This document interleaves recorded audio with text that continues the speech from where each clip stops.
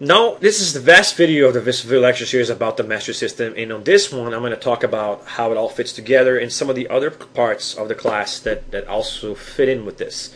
So, mastery is what the class is all about. So basically, I will get the content that the students have to cover that year, and I'll split it up into units of knowledge. And then those units will be split into smaller topics. Now, within each topic, students will have to go through the stages for the topic in order to complete that topic.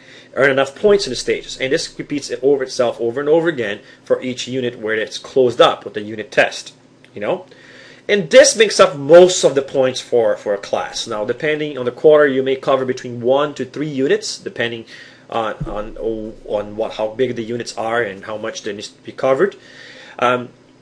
And that means 1 to 3 tests. And this will also mean between 1 and 12 topics per term, depending how long the term is and how many topics there are per unit. Every unit is usually like 1 to 3 to 4 topics. All right? Now, that's just one part of where you can get points. You can also get points for the class from something that I call project-based learning tests. Now, this is also required. In biology, for example, we have several of these. We do a long-term science fair project that we start at the beginning of the year. As soon as we finish learning about the nature of science and we cover ecology, we then start doing the project. And we move on and we do part by part, one submission every 3 weeks until we get to the end of the year and we do the whole project. So we split the science fair project into small little steps and we do them little by little, So it's long-term project-based learning.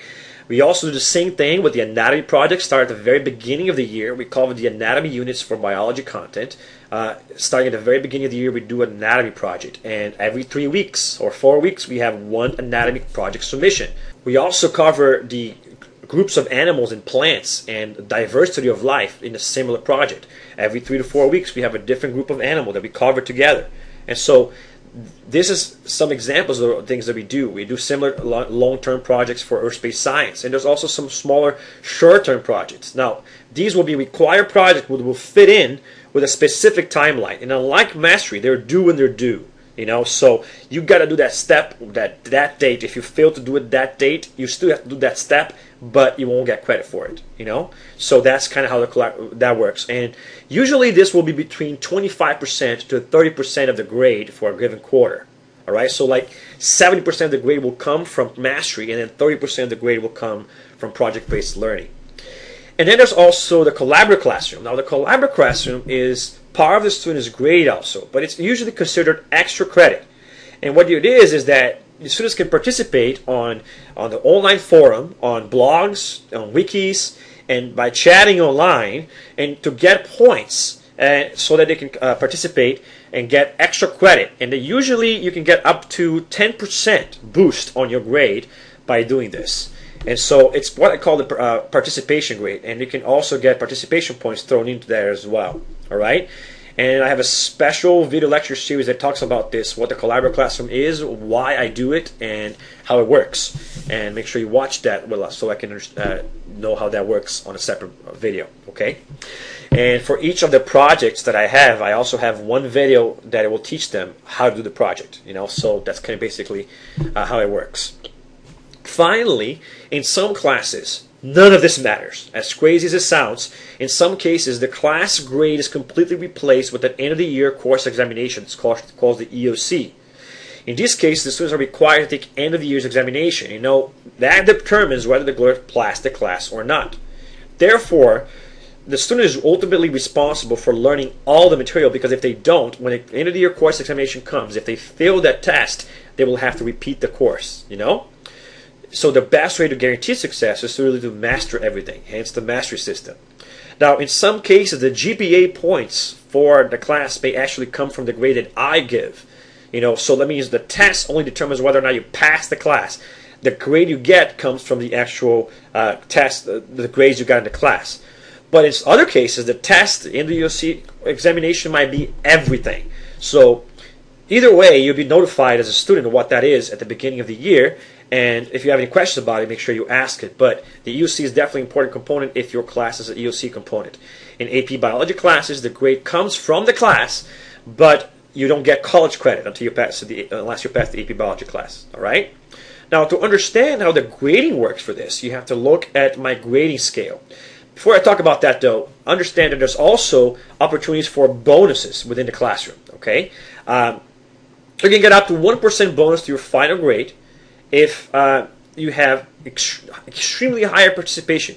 You have the highest participation of all the students in the class. I might bump you up to 1%. I might also give a bonus if you never missed a single project or test, from the project-based deadlines or things like that. Also, if you never missed a single day of school, I will also give you 1% for free. And I also might give other bonuses for the best group or a group project or something like that. All right. I also give a 2%, up to 2% bonus on the final grade for a student that keeps an organized model binder according to the instructions of the model binder worksheet that I have on the website. Or for a student who never goes to the bathroom during my class. All right, so we have all their bathroom passes. So you can get up to 2% for that. And in my class, by the way, you don't have to ask permission to go to the bathroom. You just go. You just say like, I want to go to the bathroom. You just go to the bathroom. You just basically leave the pass on the inbox that I have at the entrance and go to the bathroom. That's kind of how it works. But the more times you go to the bathroom, the less chance you get to get this 2% bonus at the end of the quarter. You can also get up to a 3% bonus if the student who goes to the parent portal from the gradebook system and prints every week a report that shows the student's grades and has that signed by the parents and gives that to me. If the student does it every week, you can get up to 3% bonus at the end of the quarter. So if you add all of that up together, you can get a lot of bonuses. But a student may only earn up to 5% bonus towards their final grade. And this bonus I usually only give to them if they've already exhausted everything they can possibly have done to do well. In other words, I'm giving them these bonuses not because they don't deserve it. It's like you did everything you could to do well in the class. But you came up short no matter how hard you tried, and I could see that. Then I activate the bonuses. Otherwise, you get no bonuses. A student who did not show continuous effort throughout the quarter is not eligible for this. It loses the chance of doing this. All right. And in a special video where I talk about how I have discipline in the class, I talk about how you can lose this opportunity and how this is one of the ways that I punish students for lack of discipline. All right. So let's look at the grade scale that I use and how this actually ends up being factored into the final grade. Okay. So the grade scale is that on each term, like I talked about before, a student must earn a certain number of points based on the master system. Now this can be earned by the master system, the project-based learning, the collaborative points, or sometimes other tasks. Now, the number of points necessary to earn a certain grade varies depending on the term. Some terms, there's more days, and so you're going to have more time, and so you have to do more. So it's like a video game. Every topic that you do, you earn some points. Every project that you complete, you earn some points. At the end of the quarter, depending on how many points you earn a grade. And that's kind of how it works. But remember that you cannot earn points for topics unless you're mastering them. And then usually, I won't let you go to the next topic unless you master the previous one. Although there are exceptions, you can ask to skip a topic, but that will cost you. We talked about that previously on these video lecture series. Now, the goals for each term are listed on each class's Mastery Goals document. It's available at the website. So you should look at the Mastery Goals to see how many points you need to do per quarter and how many points each topic is worth, so that you can see what you need to do. All right. Now, in general, the formula is applied after that to determine your grade. Basically, it's like this: you're going to get the points that you've earned, all right, and divided by the total amount of points that you should have earned on the quarter, and that's going to give you like a decimal. All right. Now you're going to get that decimal. We'll take the square root of that. All right, and then you're going to multiply that by 100. And that will give you your grade in the class. Now, sometimes I'll also add a curve on top of that, depending on a lot of different things. But because of the extra credits that I just mentioned, and because there's usually ample opportunity to perform well in the class, I rarely ever give that curve, for the final grade after all. Once it's decided how many topics you have to do and how many projects are a part of the grades, the term goals will stay solid, and the term curve is going to be extremely, extremely rare. Okay? Now, this actually means that grades usually translate like this. If you get 81% of the points, the curve will transform into a 90, and so you get an A. If you get between 64 and 81% of the points, the curve will turn that into something between 80 and 90, and so you're going to get a B. If you get between 49%, which is half, and 64% of the points, you're going to get between a 70 and an 80, which is a C.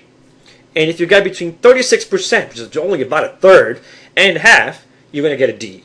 Anything less than that, you will fail the class. All right? So that's kind of how it works for each quarter. Now notice what this curve is doing. It's helping the people at the bottom more than it's helping people at the top, because the class is challenging, it's difficult. And so I want to keep the challenge level up. I want to make sure that the students who are good students are not bored with the class. But the only way to make that happen is to make sure to challenge the upper students without destroying the bottom students, is to create a curve where the top receives less help than the bottom does. And that's kind of how it happens. But basically then, you notice that if you are in the 81%, you got 9 points. But if you were in the 64% ratio, you get a 16-point boost to an 80. And if you were in the 49% ratio, you get a 21% boost to a 70. And on the 36, you got a ginormous, boost to get all the way up to the 60. So that's basically how this works, and it allows me to challenge the higher level students without destroying the bottom end. But what that means is that in order to fail the class for any given quarter, you have to have done less than a third of what you're supposed to have done. All right? So the mastery goals, the projects, the collaborative classroom, everything thrown in, if you did like a third of it, you will probably be close to an F. Close to a D, sorry. If you did about half of it, you will pass with a C. All right? And if you get about 2/3 of it, you get a B. And if you did about 81% of it, which is a substantial amount, you're a master and you're going to get an A. So no one's expecting the student to learn absolutely everything, although some actually do more than they need to, But it's a generous curve, all right, to help the kids out. But remember that in EOC courses, when it comes to the end of the year, this grade may be overridden by the EOC grade when all said and done, so that the term grades are only predictors of the final grade that you will receive at the end of the course. All right, that's it. And I hope you now have a greater idea of how the master system works and how it's used. And I have other lecture series which talk about other aspects of the class. So if you want to watch that, best of luck. Until then, I'll see you later, and don't do anything that would make your mama proud.